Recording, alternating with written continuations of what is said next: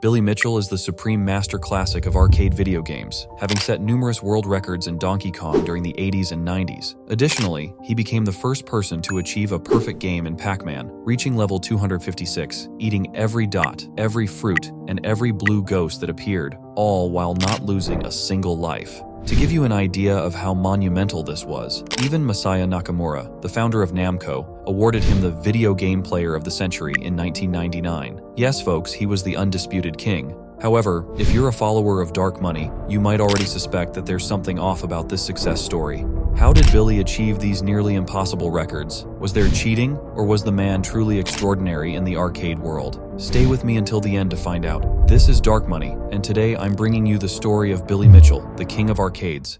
The 80s didn't just give us neon fashion, Walkmans, and cassette tapes. They also ushered in the golden age of arcades. Picture this: rooms filled with arcade machines, flashing lights, and the constant sound of games and laughter. Here, with just a couple of coins, you could be the hero of your own adventure for a few hours. But it wasn't all casual play. The competition was heating up. The goal? To be the king of the high scores. It didn't matter if only your friends or a handful of people knew. Dominating the game was the ultimate thrill. This era also blessed us with gems like Donkey Kong, Defender, Space Invaders, and probably the most famous arcade game of all time, Pac-Man. In the midst of this boom, Walter Day emerged. This man, after having 1,001 jobs, found his true passion in video games, especially in the battles to be the best.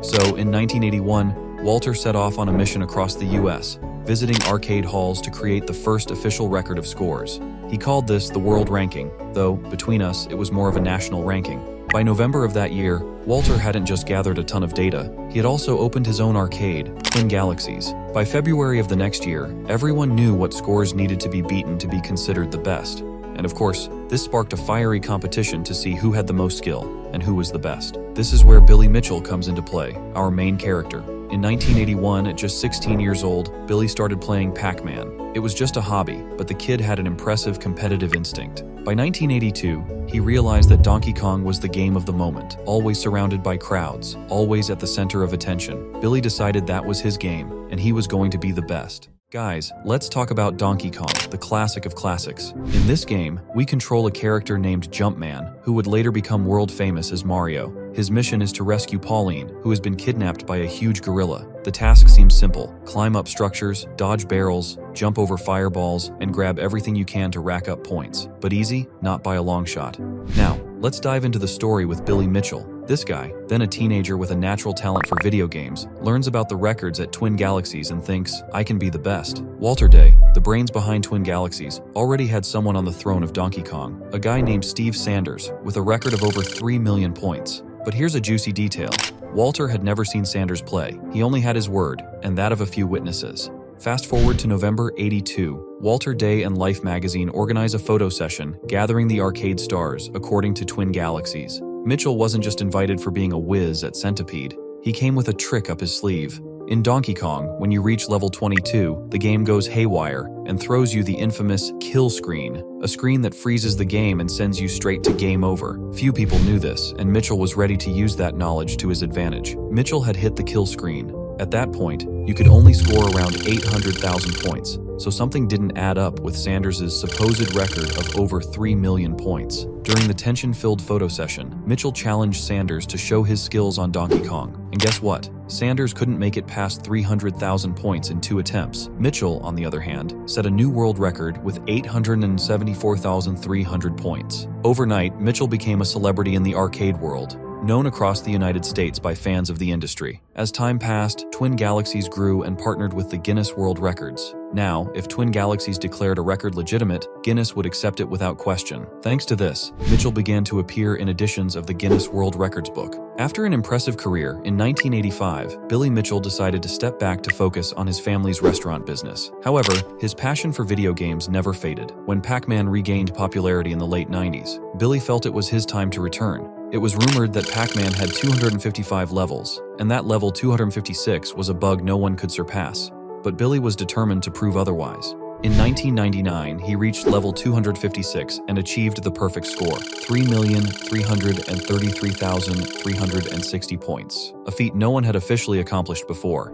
For this achievement, Masaya Nakamura of Namco awarded him the Video Game Player of the Century. But in 2004, things get interesting when Steve Wiebe, a math teacher and a true video game enthusiast, enters the scene. His goal? Nothing less than breaking Billy Mitchell's Donkey Kong record. He buys his own machine and sets out to be the first to reach 1,000,000 points. This epic battle is documented in The King of Kong, a film you must watch if you haven't already, as it's all on YouTube. This documentary not only offers a glimpse into the intense rivalry between Wiebe and Mitchell, but also showcases a rather controversial side of Billy Mitchell. Although the film tends to paint him as the villain of the story, what we can't deny is that it adds great drama. We see Wiebe reaching the 1,000,000-point mark, a legendary move that he records and sends to Twin Galaxies. Walter Day, the head of Twin Galaxies, is about to acknowledge the new record, but then he learns something that complicates everything. The Donkey Kong machine Wiebe uses was a gift from Roy Schillett, a known enemy of Mitchell due to past feuds in the arcade world.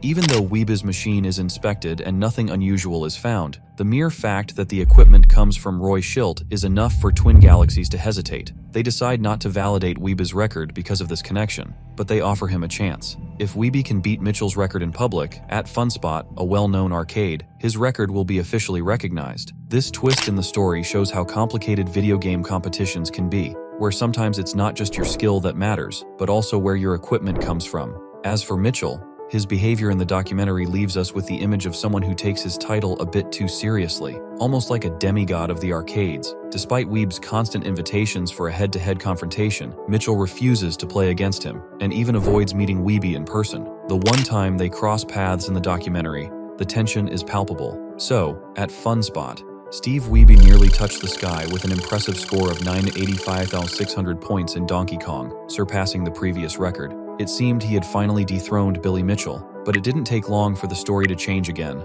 Suddenly, a videotape of Mitchell achieving 1,047,200 points appeared. Walter Day, without further ado and no additional verification, reinstated Mitchell's title. Curious, isn't it? When Wiebe sent his tapes, they even checked his kitchen to make sure everything was in order, but with Mitchell, there were no questions asked.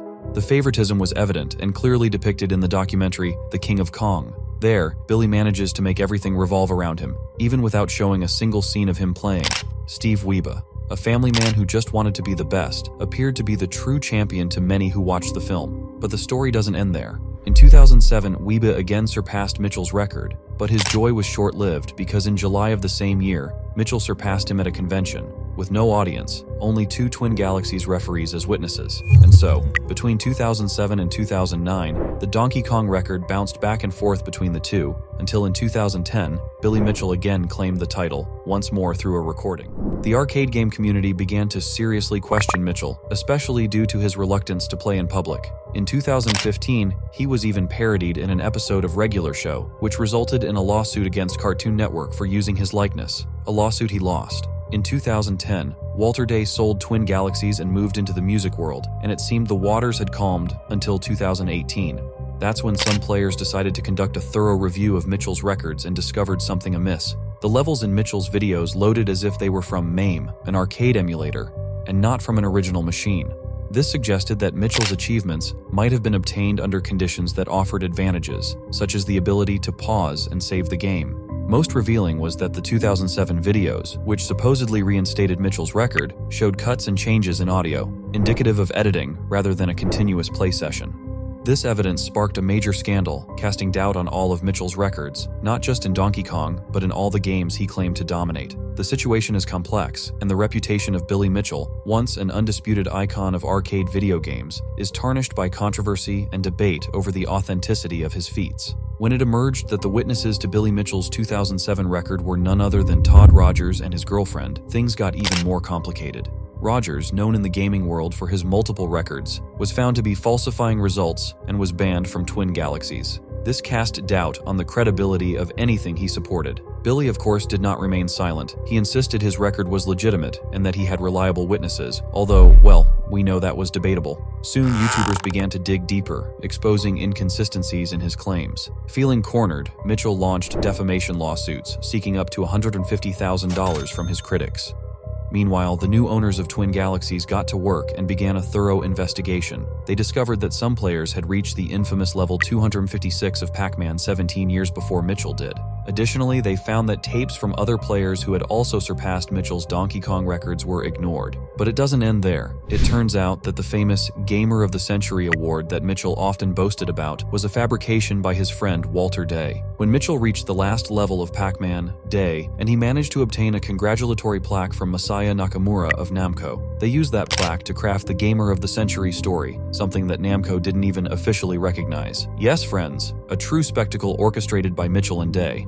After bringing all this evidence to light, Twin Galaxies had no choice but to erase all of Billy Mitchell's records, not just those for Donkey Kong or Pac-Man, but all of them. Trust in Mitchell had plummeted, and they even decided to strip his credit in the famous King of Kong tape. This led to Steve Wiebe being retroactively recognized as the first to break the million-point mark in Donkey Kong. And of course, Guinness World Records followed suit. They also stripped all his titles from Mitchell, but Mitchell, not one to sit still, launched a legal battle. He sued Guinness, Twin Galaxies, and any YouTuber who dared to question his records, including a well-known case against YouTuber Carl Jobst, which I recommend if you want to know more about this whole case. Mitchell insisted that he had always used original hardware, and that there had never been any cheating involved. So after all the legal drama, Billy Mitchell somehow reached a settlement with Guinness to have all his records reinstated, although no one quite understands why this happened. However, at Twin Galaxies, the legal battle continues, and they have not reinstated anything. And yes, in 2018, after all the scandal, Mitchell didn't just sit back. He set up his channel on Twitch and has more than once surpassed 1 million points on Donkey Kong Live. However, for some reason that's not clear to me. These live sessions are never considered official gameplays. For years, people have been divided. Some see Mitchell as a fraud, while others still support him. But recently, new evidence that could be the final blow for Mitchell came to light. Photos from 2010 surfaced showing Todd Rogers validating one of his records. The shocking part is that these photos show the Donkey Kong machine Mitchell was using had an 8-direction stick, not the original 4-direction one. This may seem like a minor detail, but it's crucial because Mitchell always claimed he only played on original hardware. And clearly, an 8-direction joystick makes the game much easier than one with 4. The photos were released by the event organizers without further comment, and although Mitchell is posing in them, it seems he never thought they would come to light. To date, Mitchell has not made any specific public comments about these photos. And with this new evidence, the possibility of Mitchell clearing his name and regaining his records seemed more difficult than ever until this happened in January 2024. After a lengthy 6-year legal battle, Billy Mitchell has reached a settlement with Twin Galaxies that resulted in the restoration of his Donkey Kong records in the organization's historical database. Although these records have been reinstated, they will not appear on the current leaderboards that reflect modern competition.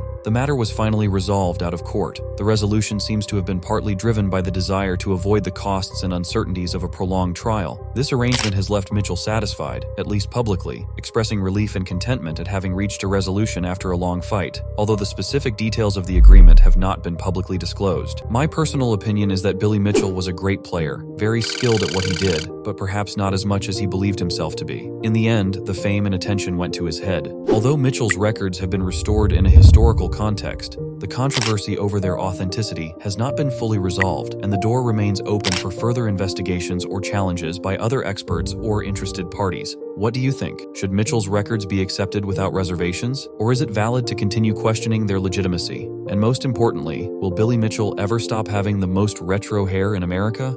Leave your thoughts and opinions down in the comments. And shifting from arcades to the world of music, do you know the Milli Vanilli scandal? The biggest fraud in the music industry,